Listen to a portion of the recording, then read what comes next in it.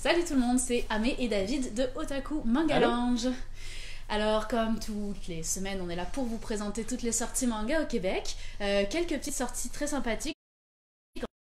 En fait, pour moi, que des bonnes sorties cette semaine. Ouais, pareil aussi, j'étais étonné, même surpris. Puis j'ai même découvert de nouvelles séries que je ne soupçonnais pas de pouvoir aimer. Soupçonnez pas. Oui, une très grosse surprise pour moi aussi. On va vous en parler plus longuement dans quelques minutes. Alors, pour commencer, en fait, on a reçu plein de petits extraits que vous allez pouvoir venir chercher. C'est des extraits gratuits, on en a souvent. Mais alors là, on a en masse celui-ci qui va bientôt sortir. Ça s'appelle l'Oxalis et l'or. Alors, j'avais aucune idée de ce que c'était Oxalis. Fait qu'on a cherché juste avant le live. Et c'est une plante. Alors, c'est une série historique qui en Irlande pendant la grande famine irlandaise et qui se continue, en fait, qui raconte la ruée vers l'or aux États-Unis, en Californie. Et c'est une série qui a été approuvée par l'auteur de Golden Kamuy. Donc si vous voulez venir chercher un petit extrait, vous avez tout le premier chapitre, c'est gratuit, vraiment cool. C'est à savoir qu'il est très prometteuse par Glénat, justement. Ils font beaucoup de promotions autour de la série en mode regardez, c'est comme ça a l'air vraiment cool. Cool. Comme de fait. J'ai feuilleté un peu l'extrait, ça a l'air intense, un peu, tu sais, t'as des scènes un peu horrifiques, genre, c'est vraiment bizarre, ça a l'air plus historique, mais il y a des scènes comme vraiment violentes, fait que, à voir, ouais, genre ce genre de truc, tu sais. Ça a vraiment l'air d'être vraiment un manga dans le style de Golden Kamuy ou comme c'est entre le shonen et le seinen. C'est ouais. ça, avec beaucoup d'histoire pour le coup. Ouais, mais beaucoup d'action aussi. Exactement. Fait que à découvrir, le manga est pas sorti, mais vous pouvez déjà découvrir le premier chapitre gratuitement. On a reçu d'autres. Oui, il y en a plein d'autres. plus. Alors, on a reçu My Hero Academia Team Up Mission. Avec un magnifique poster. Avec un super poster, effectivement. Si vous le déroulez. Qui est un spin-off qui raconterait l'histoire d'une espèce de team d'apprentis, si j'ai bien compris. Ouais, si on va retrouver plusieurs héros qui ne sont jamais apparus ou qui sont déjà apparus dans le manga, pour le coup, puis on va le suivre en fait dans plusieurs petites missions qui vont faire aux côtés de professionnels pour le coup. Donc c'est vraiment complémentaire, puis ça a l'air d'être complètement approuvé par l'auteur, fait que totalement canon à l'histoire principale. Parfait ça. Également, David l'a présenté ces derniers temps, mais on a depuis reçu un extrait gratuit, Dead Company, la nouvelle série de l'auteur de Judge, Doubt, Secret. Fait que si vous voulez la découvrir avant d'acheter le manga, n'hésitez pas à vous jeter sur l'extrait. Puis la nouveauté qui est arrivée cet après-midi, fait qu'on n'a pas encore eu le temps de la lire, mais vous avez un extrait aussi très attendu, c'est Ni no Kuni, adaptation du jeu vidéo du même nom. Qui fait beaucoup parler de lui, notamment avec sa ressemblance du jeu vidéo avec l'animation du studio Ghibli, qui est juste incroyablement belle. Ouais, avec un univers comme hyper poétique et tout ça. Puis ça a l'air d'être une side story. Ça n'a pas l'air d'être l'histoire du jeu, mais plutôt une histoire inédite. Et voilà pour nos petits extraits gratuits. Commençons, on parlait d'histoire tantôt.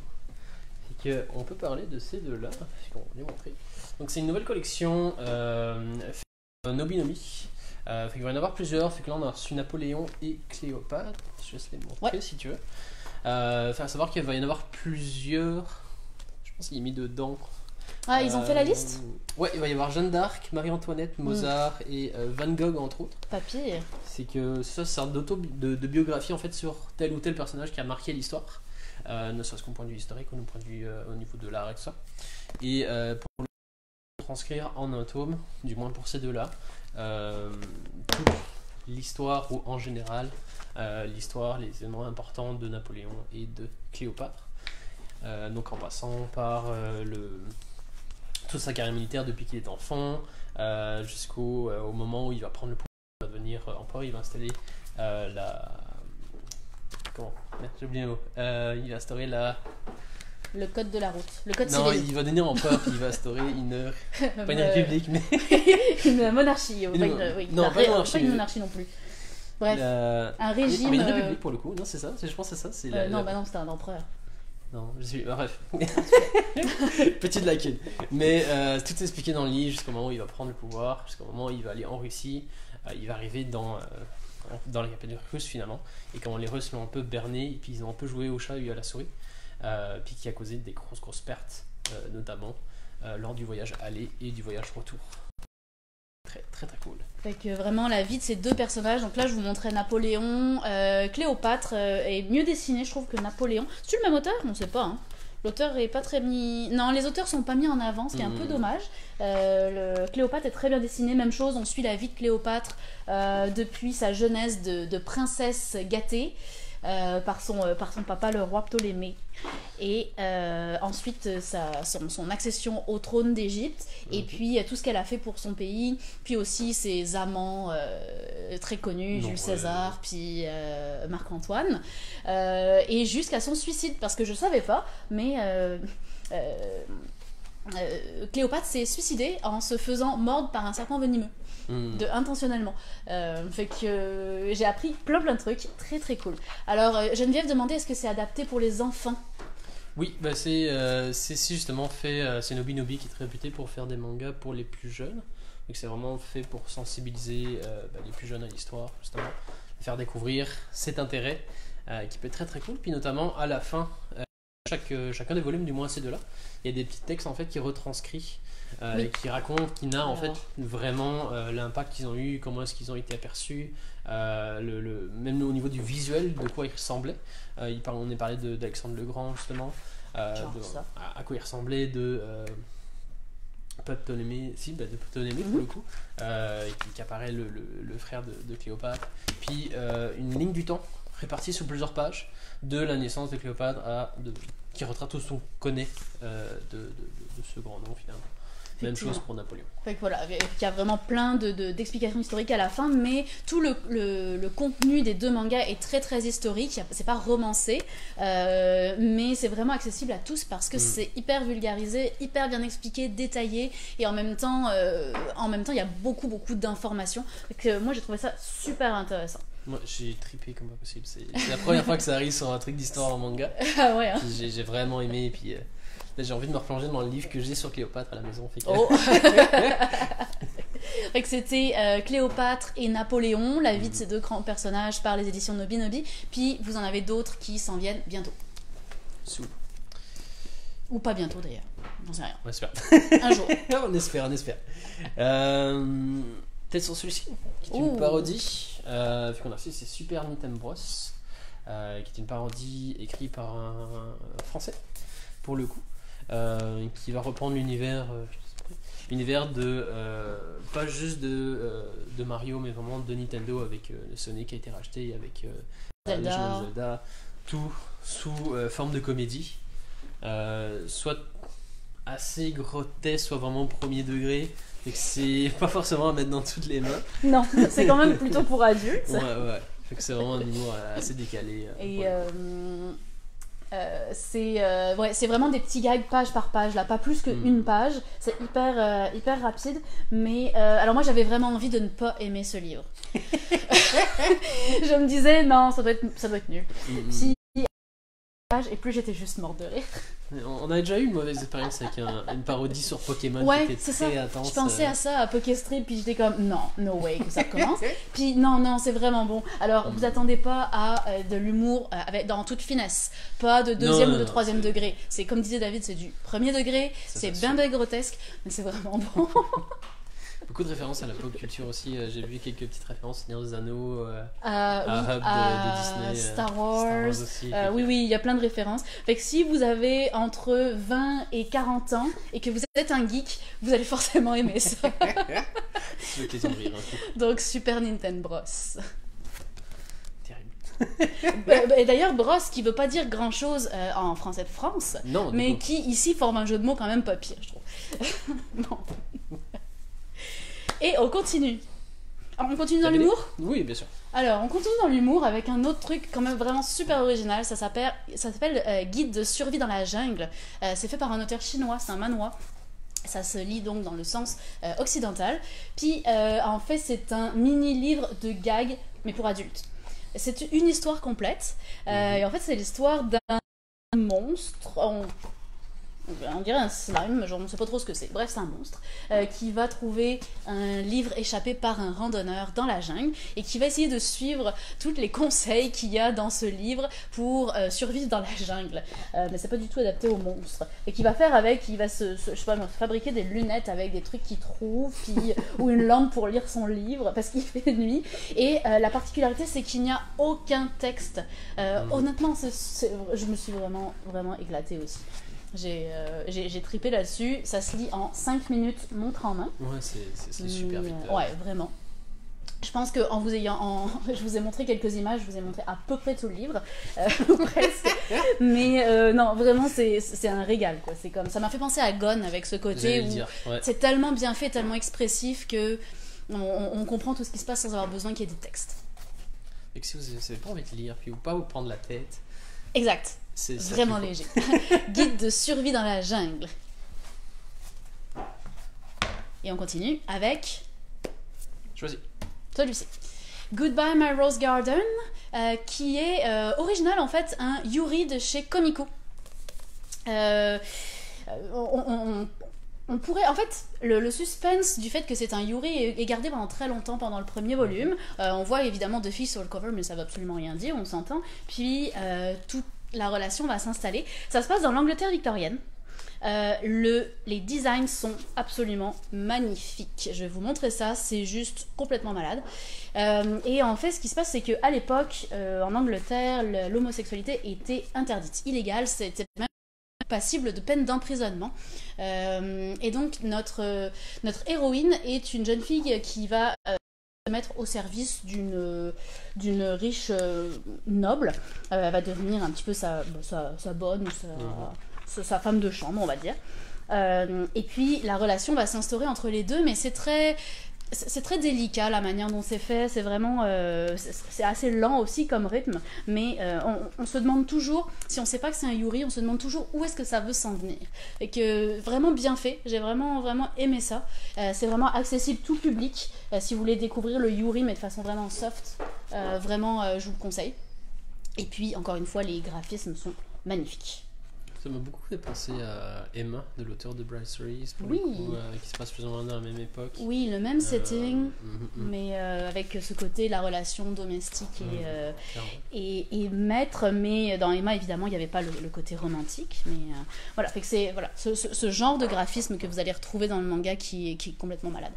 Donc j'ai vraiment bien aimé ça, puis il y a surtout, au-delà de du côté social, homosexualité, puis du côté romantique, il y a toute une intrigue derrière. Il y a toute une histoire de suspense avec une petite enquête, plus, mais vraiment à découvrir. Alors c'était Goodbye My Rose Garden. Alors, voilà. On va présenter celui qu'on n'a pas, fait qu'on n'a plus lu. On l'a pas. On va très sûrement le récupérer, mais c'est moi aussi, qui est un nouveau manga pour le coup, qui est écrit par l'auteur de Daisy, Lyciana Fukushima, pour le coup, qui est une petite série en 2 tomes. Qui est, si vous ne l'avez pas encore compris, une référence au mouvement MeToo. Clairement. Très actuel. Clairement. Puis le sujet du manga en fait va parler de ça, en fait, de tout ce qui est harcèlement sexuel, ne serait-ce que dans la vie, par les hommes envers les femmes et au travail aussi. C'est qu'on va suivre l'enfant de notre héroïne qui va en subir de la part de son supérieur direct, tout simplement, qui va très très très mal vivre en fait cette expérience-là, jusqu'au moment où elle va vraiment comme dégringoler, vers perdre la confiance de ses collègues, vraiment faire des pénales dans sa job, genre faire des erreurs, jusqu'au moment où elle va juste décider de quitter en fait pour son bien. Et c'est là où ça m'a vraiment touché, parce que j'ai versé des petites larmes à la fin du premier tome. C'est vraiment cool. Puis si tu t'es face à cette injustice de tu sais, l'héroïne est toute seule face à ça. Puis, elle peut pas se confier. C'est ça. Puis étant donné que le Japon c'est très patriarcal, c'est vraiment le statut de l'entreprise, c'est toujours un gars qui est très très souvent à la tête. Fait qu'ils ont plus tendance à privilégier justement l'autre gars finalement, ne serait-ce pour sauver l'entreprise, sauver la face de ce gars-là parce qu'il fait des rendements, machin. Et elle essaie de seule. Jusqu'au moment où elle va trouver, par hasard, en fait, dans un journal, un numéro d'appel d'aide pour femmes qui ont ce genre d'expérience, donc que ce soit au niveau de femmes battues, de femmes harcelées, tout ça, qui va l'aider à reprendre goût à la vie, tranquillement. Puis tu vas voir que cette injustice va un peu pas être corrigée ni pardonnée, mais ça va contrebalancer dans la balance, en fait, qui fait que elle va vouloir faire les choses nécessaires pour justement pour ne pas que ça se reproduise, s'en sortir, puis faire en sorte qu'il paye, puis de se dire que elle n'est pas la seule en fait, puis qu'il y en a vraiment beaucoup plus que ce qu'on pense, ne serait-ce que oser en parler, sortir de sa solitude non, c'est très très cool, puis c'est basé sur une histoire vraie. Fait que c'est vraiment une femme qui a écrit ça, puis qui a retranscrit de son Donc une parole. autobiographie ou Non, une expérience externe en fait que externe, l'auteur a ok. reprise puis Ok. a remis sous papier, qui pour le coup montre un peu les torts de la société japonaise puis tout ce qui se passe au Japon notamment autour de ça. Ok. Très Vu beau que c'est écrit par l'auteur de Daisy lycéenne à Fukushima, je suppose que c'est un ton très très dramatique ou c'est quand même léger? C'est partagé en fait. Tout le côté où elle va vivre son expérience, puis tu sais, l'impact psychologique qu'elle va avoir là-dessus, c'est très dramatiquement montré en fait. Ou comme tu vois qu'elle va vraiment pas bien, puis qu'elle sent, puis qu'il n'y a personne pour la soutenir. Puis des moments où elle va découvrir l'alternative pour l'aider. Là, tu vois le manga sur un autre jour en fait. C'est que c'est vraiment une façon d'écrire qui est vraiment très très cool, j'ai trouvé.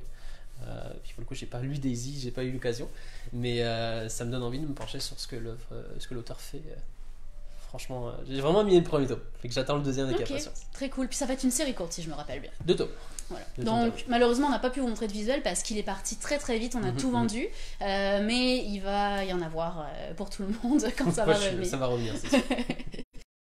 Qui nous dit bonsoir Michel. Hello. Ne t'as pas t'excuser, c'est pas correct. Et pour finir, notre dernière présentation de la semaine, c'est, attention, accrochez-vous pour le titre, Tokyo Tarareba Girl. Alors, qu'est-ce que c'est ce titre étrange, David? Alors, déjà c'est fait par l'auteur de Princess Jellyfish. Oui, vous avez reconnu le style, je pense. Ouais, clairement.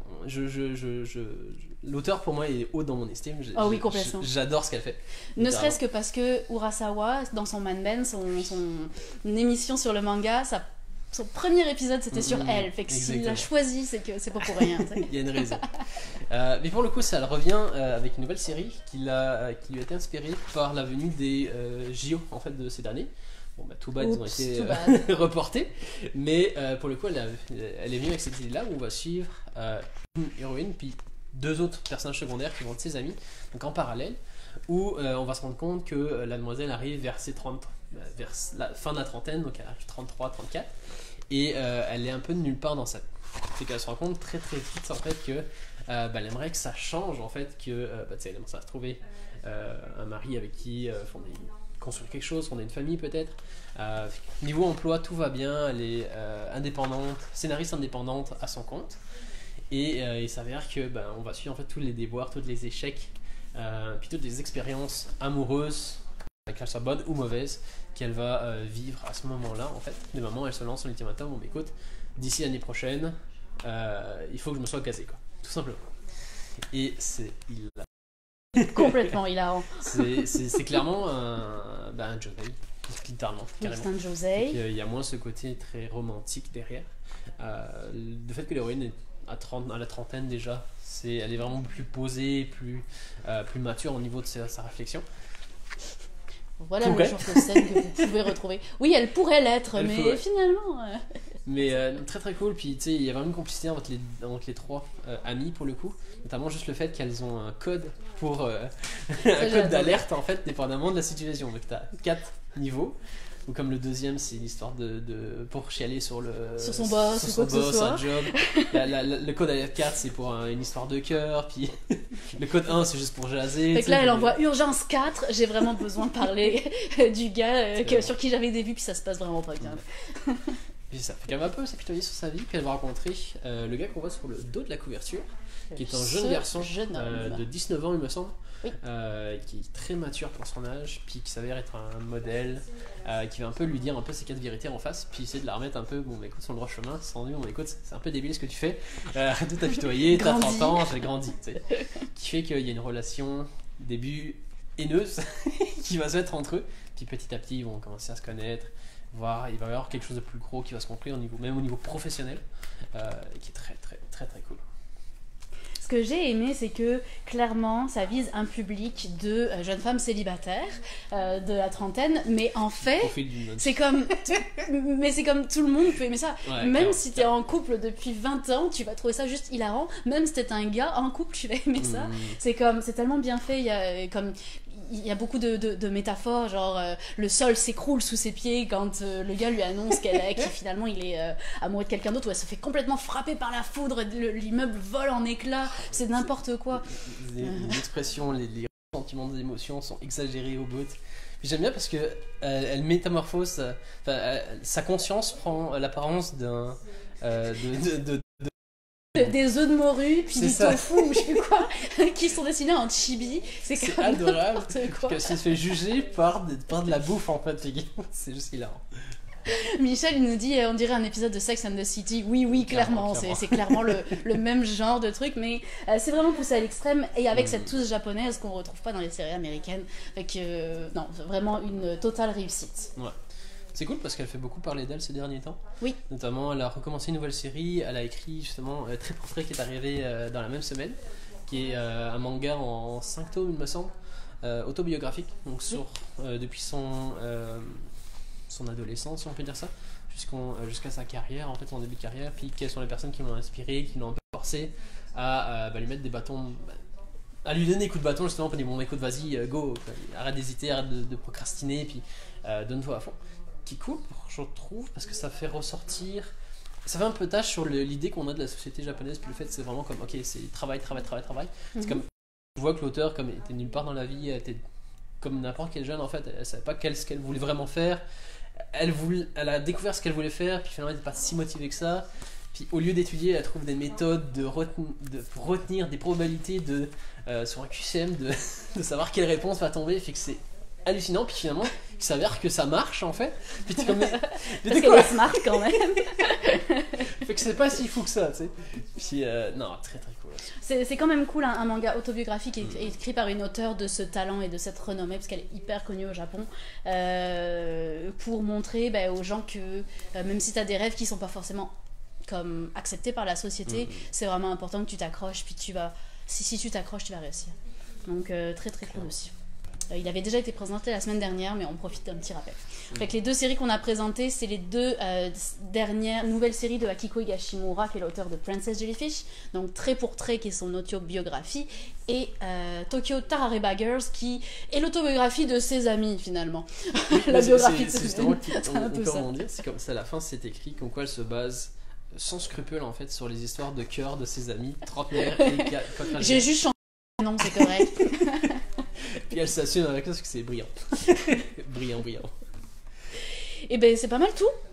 Peu de sorties cette semaine. Par contre, on a déjà des très très belles sorties qui sont arrivées pour la semaine prochaine. Fait que ne manquez pas le live de la semaine prochaine sous aucun prétexte. Donc merci beaucoup à tous et on se retrouve mardi pour un prochain live. Bye là. Bye.